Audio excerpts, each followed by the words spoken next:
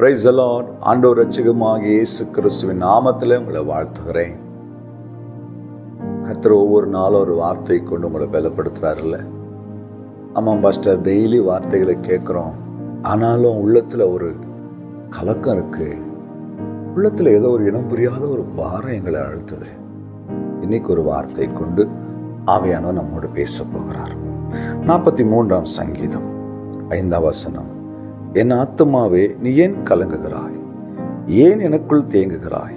தேவன் நோக்கி காத்திரு, என் முகத்திற்கு ரட்சிப்பும் என் தேவனுமாயிருக்கிறவரை நான் இன்னும் துதிப்பேன். தாவீது கண்டுபிடிச்சிட்டு, தாவீது யாருக்கு இந்த ஆறுதலை சொல்றாருன்னா, வனாந்தரத்திலே ஆடுகளை மேய்த்து கொண்டிருக்கும் பொழுது, தனிமையான நேரத்தில் உள்ளத்துல ஏதோ ஒரு பாரம் இருந்திருக்கலாம், ஏதோ ஒரு வேதனை இருந்திருக்கலாம். இல்லை என்றால் அரசனான பின்பும் அநேக பாடுகளும் உபத்திரங்களும் சொந்த மகனாலே வேதனைகளையும் அனுபவித்த ஒரு தெய்வ மனிதன். அவர் தன் ஆத்துமாவை பார்த்து தனக்குள்ளே ஆறுதல் சொல்றார். என் ஆத்துமாவே, தாவீதுடைய ஆத்துமாவே, நீ ஏன் கலங்குற? ஏன் சோர்ந்து போற?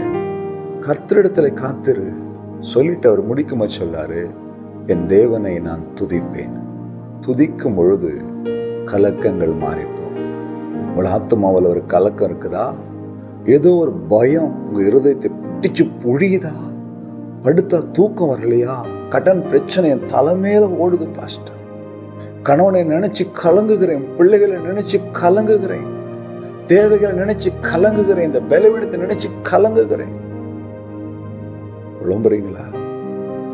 கவலைப்படாதீங்க. ஆத்துமாவே, ஏன் கலங்குகிறேன்?